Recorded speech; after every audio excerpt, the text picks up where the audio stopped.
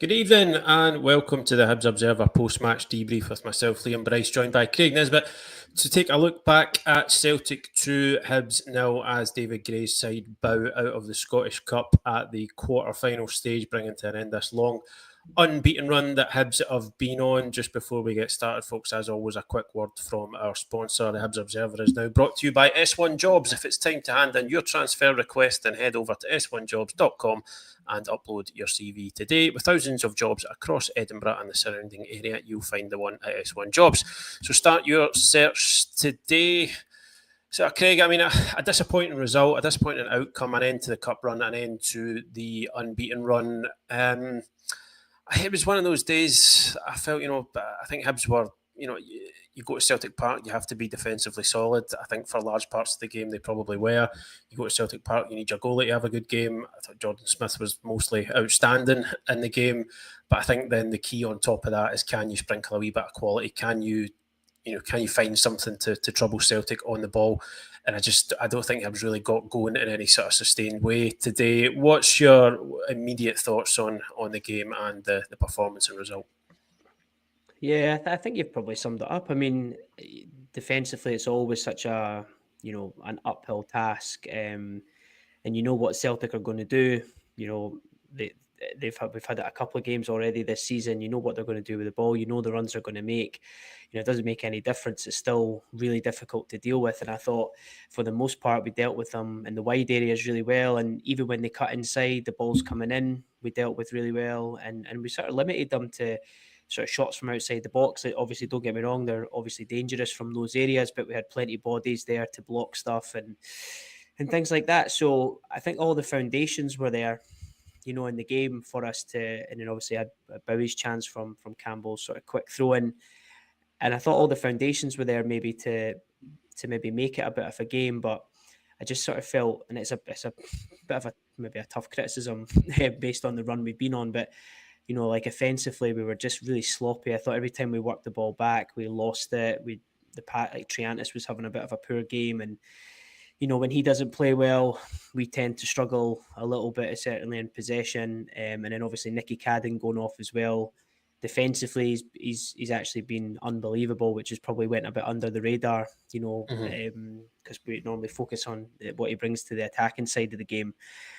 And I think where we're at, we've been on an unbelievable run of form. The players have been unbelievable, but we don't have quite enough to deal with one or two not having a good game, one going off injured who's really instrumental. And, in the second half, it opened up a little bit, and I did sort of, you kind of thought as the game stretched, we might get back into it. But yeah, we just sort of huffed and puffed a little bit towards the end. And I liked what Gray did tactically. He changed things up towards the end to try and, we went sort of 4-4-2, and Hoylett came on, and there was a little bit, it was a little bit different to try and see the game out. But Celtic they brought quality off the bench and just picked us off at the end. So a bit disappointing, but I think that, the run we've been on, sort of an understandable result at the end. Yeah, I think so. As you say, I think the key word you used there was foundation, and I think that the sort of a lot of the foundational elements of what you need to do at Celtic Park were definitely there. But I think this is something, again, we maybe talked a wee bit about last week. I think you're right with, if Triantis doesn't, if he's not on his game, I think Hibs struggle to kind of struggle in possession at times. Obviously, Nathan Murray-Welsh has come into the team and done really well, but that, being the sort of dictator, the guy who sets the tempo in the middle of the park, that's not really his game. And I suppose it's sort of, I think in days like this, it maybe underlines how much, Hibs can miss Joe Newell and what he brings. There's Triantis, we've really we've praised him a lot this season, and he's deserved it for the most part. But as a kind of 21-year-old who is, is effectively in his first senior season playing that midfield role, he's going to have bad games. He's going to have moments of inconsistency, and I think he kind of struggled a wee bit there today. I think sometimes he seems like a player maybe if things don't go well for him early on, his confidence maybe takes a wee bit of a bump, because I think you could see like maybe sometimes one mistake leads into another with him. I thought he improved in the second half, but I think maybe not enough all round. I'm kind of careful here not to say that I'm pinning this all on Nectar Triantis, because I think anybody who listens to these knows how big a fan I am of him. But I think he kind of, I feel like kind of Hibs miss Joe Newell at times. He would bring a bit more, kind of experience, a bit more composure, sort of leadership. He's a kind of driving force at times.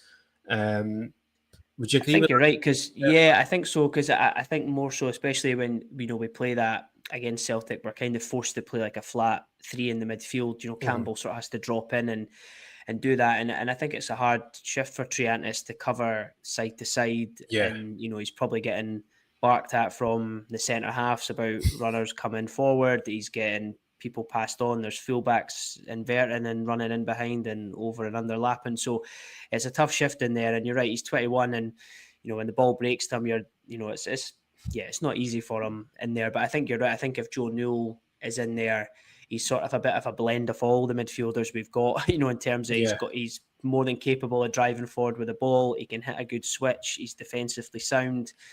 And you probably just missed that in the middle of the park, because I did think as well that we were struggling to get out and keep the ball. Bowie did his best to kind of hold it up by his free kicks and take the pressure off, but there was quite a big gap, I thought, sort of between the lines. We were struggling. The defence weren't in the first half anyway, where Celtic just pinned us so much we just could not get out, which meant when we were trying to press, there was a bit of a gap between the defence and the midfield. And I think somebody like Newell in there maybe helps shift the defence up a little bit, and makes us a bit more compact, and then makes us better on the counter attack.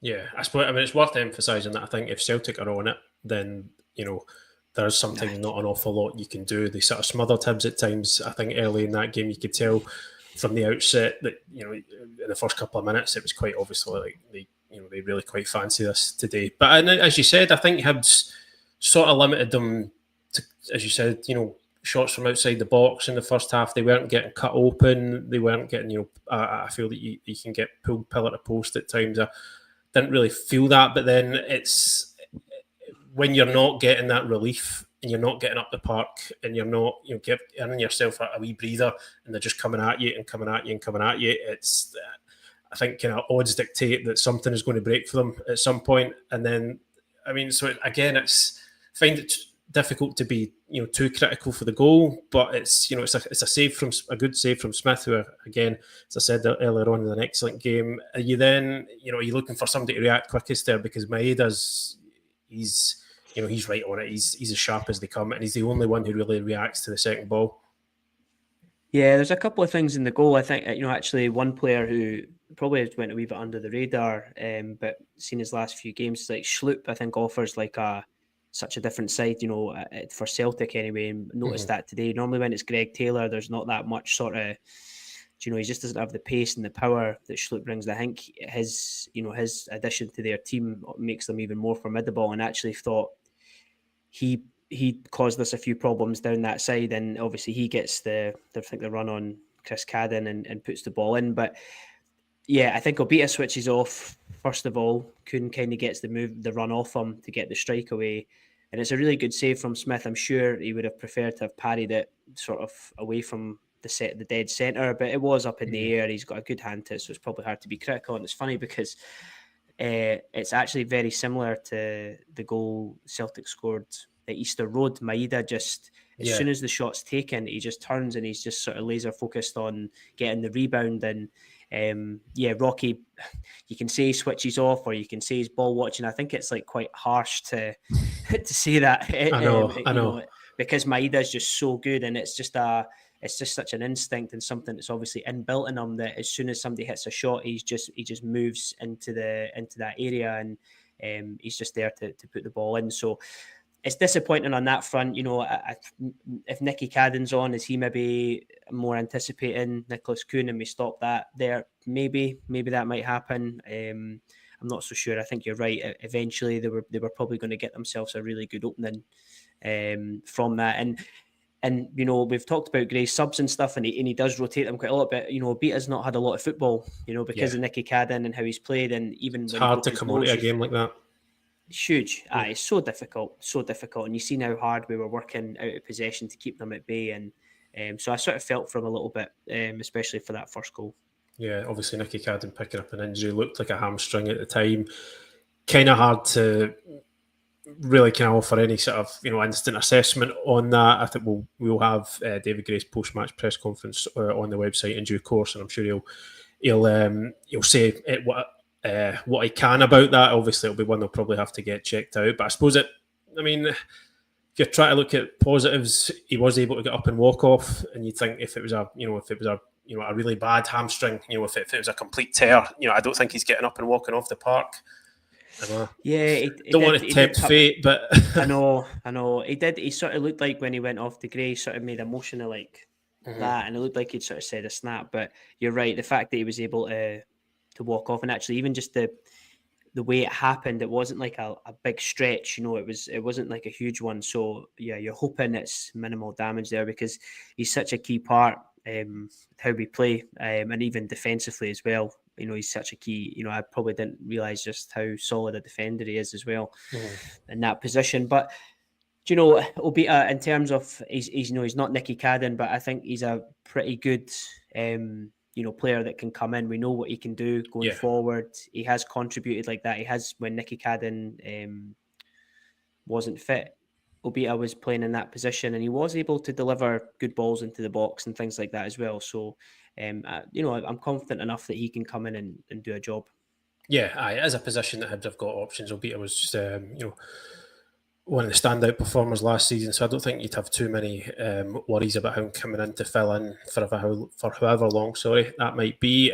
Just before we finish up, because Craig and I will be back tomorrow. You get lucky enough to get a double dose of us over these next couple of days, and we'll give a sort of fuller, more in-depth analysis of the game. But just before we go, just to reflect on this unbeaten run, 15 games in all competition, it comes to an end. That obviously the run's still going in the league. And you can see, I think I've seen, you see the 7,000 fans there. That felt like a kind of, an appreciation of what this team has done over the past however many months. It was a kind of thank you for that. I don't think there was, there's been too many people going down to Celtic Park today expecting Hibs to win. There's always that hope. But it just kind of shows you how far this team have come. It was a kind of sort of symbolic, thing at the end there. They're still getting applauded off. That backing will continue down at Kilmarnock next week. I've got no doubt. So, how do you reflect on these last few months now that unbeaten run's come to an end? Yeah, it's interesting because obviously the last defeat was away at Celtic Park, and that was one of our better performances, in terms of the chances we created and what we did to Celtic that day, when we were still kind of a bit of a depleted squad, I suppose, at that time. And then obviously since then, it's just been remarkable what like the coaching staff and the group of players have put together. And I suppose the result, the game today, we went in, we had a good game plan. On the whole, it mostly worked, really. We got a bad injury for us, and as I said at the start, a couple of players not maybe putting in the best performances, and Celtic have just got too much quality to have a day like that. So I would imagine as the players going in the dressing room, there's a disappointment of we only lost 2-0, that we should have had more of a goal. We could have done better in defensively. So it's probably quite not a nice feeling. Defeat's always not great, but I think there'll be maybe amongst the players in the squad going, well, we never got hammered 6 or 7-0 or 5. They've been doing that to Aberdeen and St Mirren. They've been doing that to teams there. We've actually made a good account of ourselves, done the fans that went through proud, and everybody watching as well. And then we go off to, we've got 4 games to go, Kilmarnock, St Johnstone, Rangers and Dundee. Games that are all winnable, or certainly games that you would hope to stay unbeaten potentially in as well. I think that's where the squad is at the moment, and I think that'll just give them that focus now for those next 4 games, and hopefully like securing the top 6, but also trying to secure that 3rd place finish.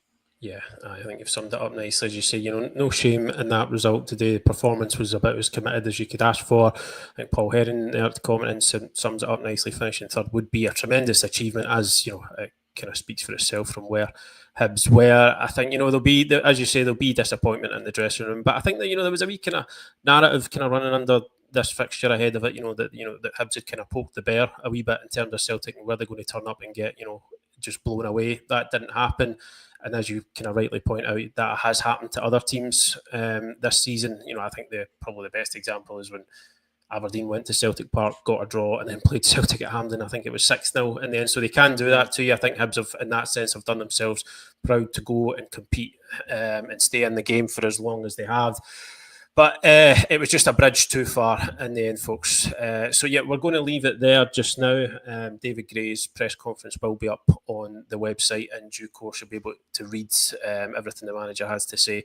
After that, hopefully, we update on Nicky Cadden, as I said. And as I also said earlier on, Craig and I will be back tomorrow for our usual Monday show, where we'll take a sort of proper in-depth tactical look at the game, how it panned out, where it could have been better, and what Hibs did do well on the day. So, I hope you're not too disheartened by that today, folks. Obviously, it's always disappointing when the unbeaten runs come to an end, but as I said, it's still intact in the league, and it's still all to play for heading into the split. So thank you for joining us. As I said, we'll speak to you again tomorrow. I hope you enjoy the rest of your Sunday, and we'll speak to you again very soon. Cheers.